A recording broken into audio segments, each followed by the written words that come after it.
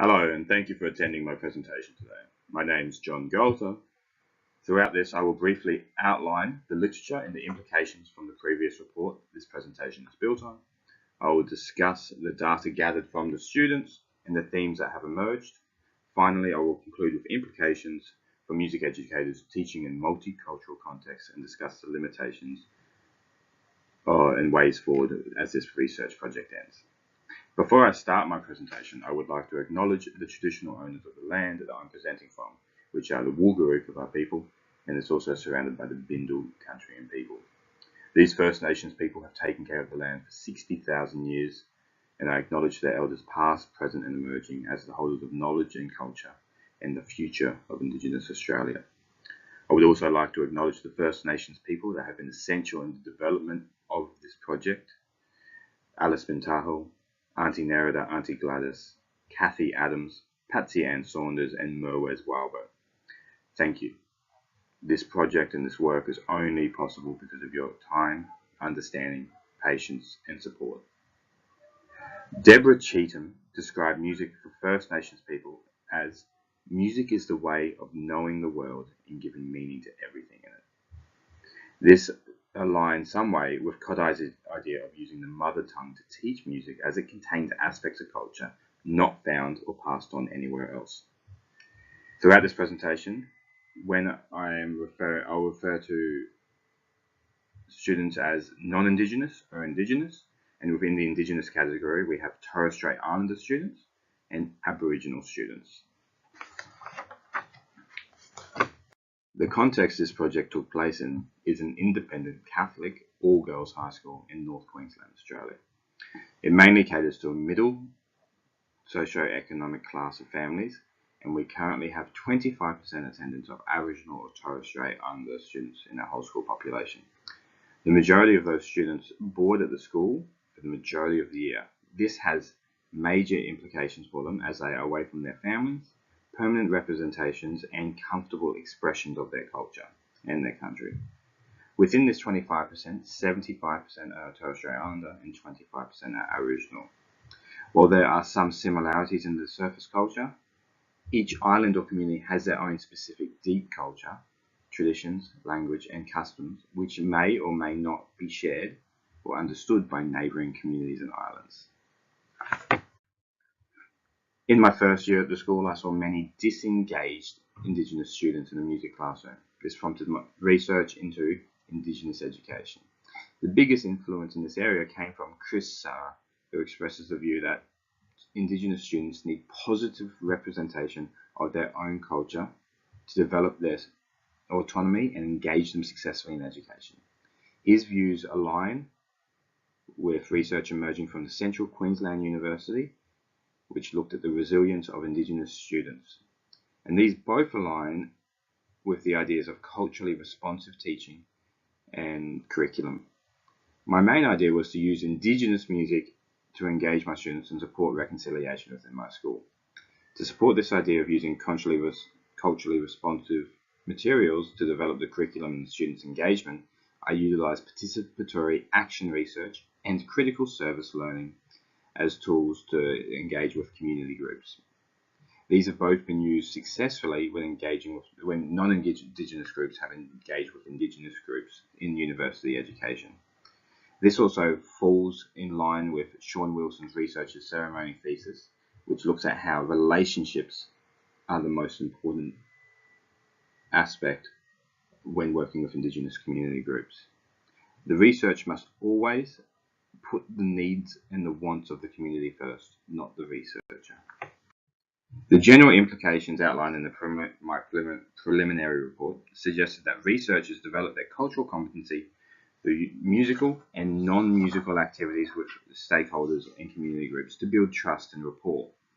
In my context, this has led to a deepened understanding of Indigenous culture, development of relationships with local community groups, and sharing of music for use within the school context.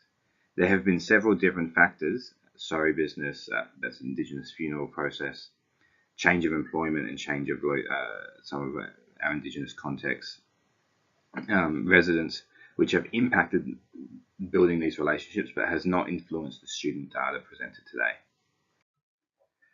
The data was collected through a bespoke survey, which is administered at the end of 4 terms of Kodály-inspired music education. Year 7, ages 12 to 13 music classes in the years of 2019 to 2020 met 5 times a fortnight for a school year. School data shows that 25% of these students in each year level identified as being Indigenous and 75% of students identified as being non-Indigenous. Both years used similar repertoire from students' cultural backgrounds and were approved for classroom use by elders and communities. The quantitative data resulted from simple yes-no questions asking students for their ethnic backgrounds, preferences on cultural repertoire, or their engagement in class. Qualitative data resulted from open-ended questions such as why did you disagree or agree, and what role does this music play inside of your life outside of school. The data was analysed by the researcher and an independent analyst to assess data themes. As we go through the data from 2019 is on the left side of the screen, with data from 2020 being on the right side of the screen. Question 1 asks students to identify as either Aboriginal, Torres Strait Islander, both, or neither. As I've already said, we have 25% of students on our school records who identify as Indigenous, and 75% of them identify as Torres Strait Islander. We can see here that students who identify as Torres Strait Islanders actually come in lower in the in-class survey than students who identify as Aboriginal, which is not lining up with our school data. It's really surprising that this came in lower, because generally the Torres Strait Islander students are more extroverted and prouder of their culture than Aboriginal students. They generally wear more clothing from their culture, more flags, and share their stories more often than Aboriginal students. I think this could relate to 2 different factors why this data might appear this way.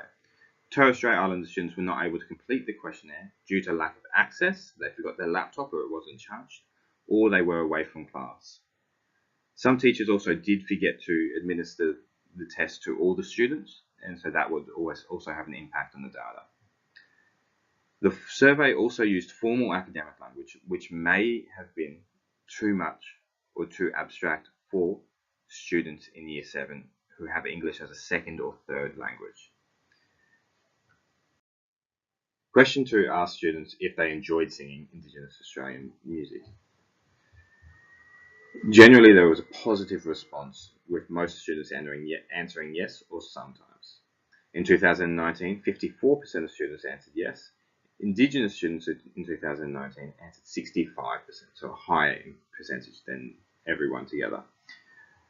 In 2020, 75% of students answered yes, and then 75% of Indigenous students answered yes. There's an increase in each year from 2019 to 2020. Now, I think this is because of the teacher experience in teaching the Indigenous materials. In 2019, we had 4 different early career teachers teaching music to Year 7. These teachers came from a variety of backgrounds and may or may not have taught Indigenous repertoire before and known about cultural protocols. So with a year of experience and with some targeted professional development and relationship building with students, teachers may have matured and improved their approach to teaching Indigenous materials, thus resulting in increased enjoyment. The main tool to help teacher implementation of cultural materials is storytelling, specifically the context of the song and the background of it, and where the teacher came across it, who they learnt it from, and what was the story when that happened. The main researcher worked with community members to be given permission to use these songs, who then passed the songs on to other teachers. This handover of material may have lacked proper storytelling and cultural protocols essential in authentically passing on materials. To facilitate this and to improve this for all teachers in the program, elders and culture bearers were invited into the school to work with teachers and students, providing the opportunity to develop their own stories and relationships with these people. Question 3 asked students to explain their not really or no choices to question 2. 2019 students offered much more feedback than 2020 students. 3 main themes appeared from their short responses. There was a concern for language due to the difficulty and a perceived respect as they did not understand the words or they didn't understand the context. There was a general disinterest in repertoire due to lack of relevance, and students didn't believe that it was relevant for their own musical careers. And also some students wrote positive comments even though it was regarding the not really or no answers, and they said they enjoyed singing them. Question 4 asked students to vote for their favourite songs taught throughout the year. There was one change in repertoire from the 2 years, with Cara Keverly being exchanged for Nala Bulafella in 2020. This is because no one voted for Cara Keverly in 2019, and students identified Nala Bulafella throughout 2019 and indicated they enjoyed that song, and we decided to implement that. Songs you taught and used early in the year in terms 1 and 2, so that's Monkey and Turtle and Cara Keverly and Nala Bulafera, were voted for less than songs taught in terms 3 and 4. This may show that students are picking their favourite songs on songs they remember better more than the songs taught early in the year. Torres Strait Islander students preferred songs from their own background, with either Tabanaba or Monkey and Turtle receiving exclusive votes from them. Aboriginal students voted for both Aboriginal and Torres Strait Islander songs each year, with Monkey and Turtle being the favourite in 2019, a Torres Strait Islander song, and the Maranoa Lullaby being favourite in 2020. Tabanaba and Monkey and Turtle are both popular Torres Strait Islander songs with dance moves that appealed to the Torres Strait Islanders population at the school. Overall, Maranoa Lullaby was a favourite in 2020 and a close favourite in 2019. This song featured both English and Kolgai language, which might have appealed to non-Indigenous students. It also was the only task that we put onto the pianos. So the students would sing the song, they would learn to play it on an instrument, and then they would create a bass line. This may have reinforced that song in the students' mind as their favourite or just as the most prevalent. Question 5 asked students to reflect upon if these songs help them participate in class. The results are similar to question 2, with generally positive results, with yes and sometimes holding the majority. Indigenous students replied that 75% in 2019 and 90% in 2020 that yes, these songs help them participate in lessons. Only one Indigenous student throughout both years replied a blanket no in 2019 that these songs did not help them participate in class. Non-Indigenous students replied with more varied responses between yes, sometimes, and not really, but still the majority indicating yes, the songs helped them. There was a positive change from 53% in 2019 to 63% in 2020, which might have been explained as previously with the development of teacher facilities for teaching these songs. Question 6 asked students if they believe that the songs would be taught and used correctly in class. In 2019, the question was phrased this way: do you feel the Indigenous songs were used correctly? Which is a very broad interpretation of being used correctly. We changed this in 2020 to do you feel the Indigenous songs were being taught and used correctly? This may have had an impact on the data, as 2020 question drew direct attention to if the songs were taught and the teaching of the material, compared to just being used correctly. Students, non-Indigenous students and Indigenous students may have different understandings and interpretations of what is correct, especially if the stories, the pronunciation or permissions are slightly off, or if the stories hadn't been shared with the class about why the teacher is teaching this or where they received the song from. Well, both years elicited a majority of positive responses, 59% in 2019 and 69% in 2020. There was a 10% increase, which could have been from the rephrasing of the question or the increased facility of teacher ability to teach these songs. 7% of the 2019 students answered not really, with those being 10% Indigenous students and 7% non-Indigenous. In 2020, the overall percentage for not really dropped to 2%, with all non-Indigenous students answering yes or sometimes, a positive response, and 25% of Indigenous students answering not really. Question 7 was a follow-up on any of the student answers from question 6 if they wished. Some of the interesting answers were, because you pronounced the words wrong. They were whitewashed and you don't teach us the meaning. Because some of us don't speak the language. Overused and musical notes, and I'll elaborate on that one. They may have been unhappy if teachers had abstracted the songs into solfa, time names, or notation and letter names. There should be an elder with us because the other students are not Indigenous and do not really know what the song is saying. Because you keep saying it in English and I like it in language. And the last one was, I didn't really know these were Indigenous songs. Themes again are, there's an issue with language, incorrect teaching etiquette or not understanding where if the teachers have permission to teach these songs, lack of storytelling, and incorrect use of art through abstraction. All of these will be discussed later in the implications. Question 8 asks the students if they had a preference for more Indigenous music in the music program. The responses were majority yes, with 59% being in 2019 and 71% being in 2020. There was a 10% increase again. This is a common thing we're starting to see. And Indigenous students answered yes to this question at a higher percent than non-Indigenous students at 78.5% over the 2 years compared to 63% when you pull apart the data, showing more interest in representation of the culture. Depends on which songs was also a new question which students hadn't received yet, and it was the most voted for.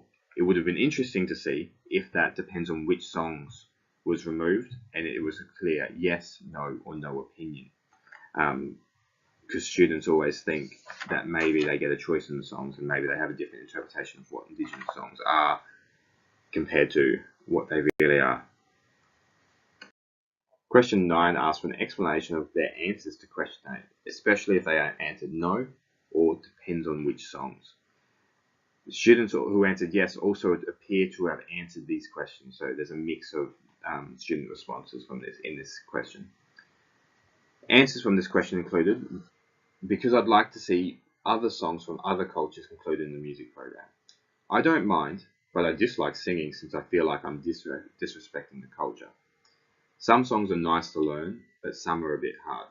Sometimes it is a bit tricky doing the words, but some are harder to sing than others. Hard and boring because we can't understand what it means, because maybe some of us don't want to learn. So we can see some themes are students interested in more variety of songs in the program. There's a difficulty in singing in language.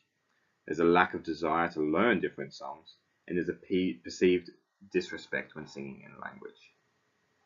There are some overall trends we can see from all of these 10 questions. The 2019 cohort generally answered with less positive results, while still being a majority positive. It is interesting to note that even with a smaller grade, the 2019 cohort opted to answer more open-ended questions than the 2020 cohort. This could be as they felt they wanted to have their feelings heard or wanted to see the program improve and believed they could do that with feedback. Overall, both Indigenous and non-Indigenous students enjoyed singing the Indigenous songs presented in class and found the songs helped them engage in classroom music. Some overall themes which will be discussed soon is that there's students concerned about language, pronunciation, and perceived disrespect. Students also cared about knowing the meaning and the backgrounds to the songs and not singing something that they didn't know. And Indigenous students indicated they would like to learn and sing these songs with elders present. Some implications and ideas surrounding the teaching of this project and the teaching of Indigenous material. So these ideas have been derived from the data, my reflection with my teaching team, or my own experience working with community groups. So the first one is when choosing repertoire for your program. Consider the students' backgrounds. It is essential when choosing repertoire to consider the students' background. Understand that songs from one culture, even if similar on the surface, may not have any relevance to students from another culture or even another island close by. This can be true when presenting material from one Indigenous culture to another Indigenous culture. Once, when presenting an Aboriginal song, a Torres Strait Islander student stood up to me and said, "Why are we learning this? This isn't my song," as the student perceived it had no relevance to their education. This has also happened with non-Indigenous students. I generally meet these questions with a response similar to, before colonisation, before the British came, songs and language were shared between different cultural groups when they married or when they traded. Today we are all living in one big culture together, and we need to understand different aspects of everyone's culture so we can learn to live well together.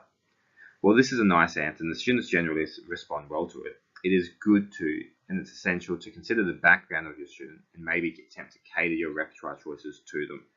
This can be difficult when many students come from different backgrounds or there are no resources from that student's background. Using repertoire from film music or popular music artists from their backgrounds can help close that gap and develop rapport with students. Age and gender is also a large factor in Aboriginal and Torres Strait Islander culture. There are certain songs that are only meant to be taught by certain people, to certain people, at certain times in their lives, and this is a traditional way of passing on knowledge. This also extends to genders, as there's much segregation between men and women's business and songs in aspects of Australian Indigenous culture. While it would be really rare for a non-initiated, so someone that hasn't worked with community groups, a non-Indigenous person, to happen upon and have these songs through research on the internet or through books, extreme care should be taken when materials are found. My advice is to use songs that you have been able to research yourself and checked with culture bearers or learned from culture bearers. We have to consider the needs of the desires of the students, the family, and the community groups, while, of course, juggling the curriculum. Combined with the first 2 points, it is important to see how these songs fit into the curriculum, the program, and the needs of the students. A song may have a great melodic phrase or rhythm we'd love to teach something from, but if it doesn't serve the needs of the community, the culture, or the students, then it probably shouldn't be used in that way. That leads me on to my next idea of abstraction. Must these songs be abstracted into solfa or rhythmic names and be notated? Does this damage the song in any way? Well, in some minds, it would be nice to freely abstract songs to show the shared musical elements between cultures. Abstraction to solfege, letter names, rhythmic names, or notation may alter the fundamental cultural essence of the song, which we may not understand. My general advice is not to abstract the songs into solfa, time names, or letter names, as we are unaware how this could affect the songs. I've worked with elders, and in my experience, elders are generally happy for songs to be notated depending on the repertoire. So when teaching repertoire, consider the elders and students as your teaching partners. Students in class who may know different versions of a song you're teaching can be affirmed and listened to by allowing them to teach the class if they are willing. In my experience, students are very keen to share their culture and do so with pride. I offer this advice for warning sometimes, as especially under pressure, students can actually perform songs in incorrect ways. For one example, our Torres Strait Islander students were asked to do a dance, and they prepared and performed a boys' dance, which females shouldn't be performing in their culture. The elders were present to watch them, and the students realized about halfway through the dance that the elders were there, and then became very nervous and very shy and almost stopped doing the dance. And the elders were quite angry at them, and we had to have a big chat with everyone. So we've got to make sure that we work with the students and work with elders to make sure we're asking the correct things of the students. Elders as teaching partners is a great idea if you're able to do it, as the students generally love seeing these elders come in to share their stories and to share and to teach the songs authentically. Pronunciation and language has also been another issue, as we've seen through the data. If you're unable to have elders or proficient and culturally competent students deliver materials, which is honestly most of the time in a classroom setting, then it is best to work with culture bearers to develop your own ability to present material in culturally appropriate and correct ways. It can be sometimes weird if you're handing over to the student to help you with pronunciation, but opening up the classroom that way creates a culture of sharing within your classroom. It also helps to provide any translations or contextual information to the students, as it will help develop their understanding of the song as more than just a song I don't understand, as a song that I understand and there's a story to it. Always include stories and permissions where you learned the songs from. Many beginning teachers hear the advice to try and connect with their students through appropriate personal stories that relate to the curriculum. This is a great opportunity to do so. Indigenous songs learn at home through stories from generally older people. By showing this and showing how you learned the song, I went to work with Merwes Whaleboat. She taught me this song. She said it's okay to teach to you. let's have a sing. The students see the same cultural protocols used in their home environment in the school context. Therefore, you're affirming how they learn and saying this is important for you to understand that I've gone out and done my homework to be able to do this song with you. This really goes a long way in developing rapport with Indigenous students, which is the first step, in my opinion, necessary to be able to teach them. The next implication is the teacher ability, which we've discussed a little bit earlier. So teaching Indigenous cultural materials, singing in different languages, and discussion of colonisation can be difficult and confrontational for some teachers, depending on their backgrounds.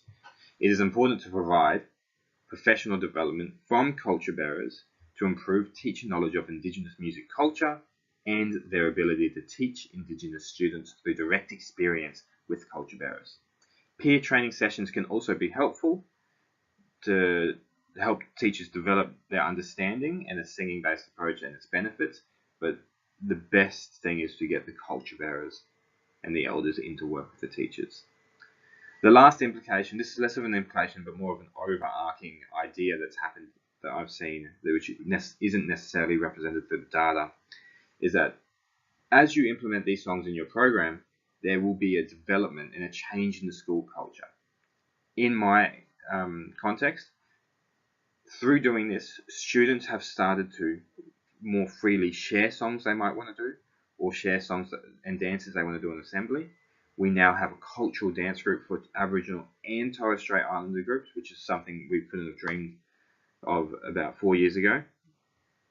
And students are openly sharing their culture and coming up to teachers saying, "Hey sir, hey miss, I'd like to share this song with you so we can do it. Can we do it here? Where can we do it?" Some of the limitations, there have been some limitations within the project. There have been loss of elders through relocation to different towns and community groups, or death of a main elder, which has been sad, and we haven't been able to continue working with them and develop that relationship. COVID-19 has played a large part in our ability to invite elders in to teach students. It has also changed the way we taught our repertoire in Term 2 of 2020. We taught all of that term online, so that changed a lot. That could have affected the student responses. The survey design asked Year 7 students, 12 and 13-year-olds, to reflect quite deeply about their experiences, and that some students may not have had those reflective capabilities, which may have affected the results. The students also had to read quite academic language if they haven't come across this language before, and some students have English as their second or third language, which may have affected their understanding of the questions. The whole cohort response was missing for both years. About 75% of the students for both years overall were successfully surveyed, so about 25% of answers students weren't. So that definitely would be interesting to know their remaining opinions. And as I've already said, teacher ability may have affected, and we've seen that in the 2019 to 2020 data. So going forward from here, I aim to continue to develop rapport and relationships with the community groups and elders and families if possible. Continue research into Indigenous ways of knowing and incorporate this into teaching strategies when delivering Indigenous curriculum, and investigate other methodologies used when attempting to use cultural materials in educational settings. As you can see, there's much to consider when deciding to use and teach different cultural materials in a music program. My main tip is to build relationships with the students, the families, and the community groups you are wishing to help with your ideas. Find out what they want and find out what they need to see if you can help them. Thank you for attending my presentation today. Please ask me any questions or send me through any questions, and I'm happy to answer them. Thank you.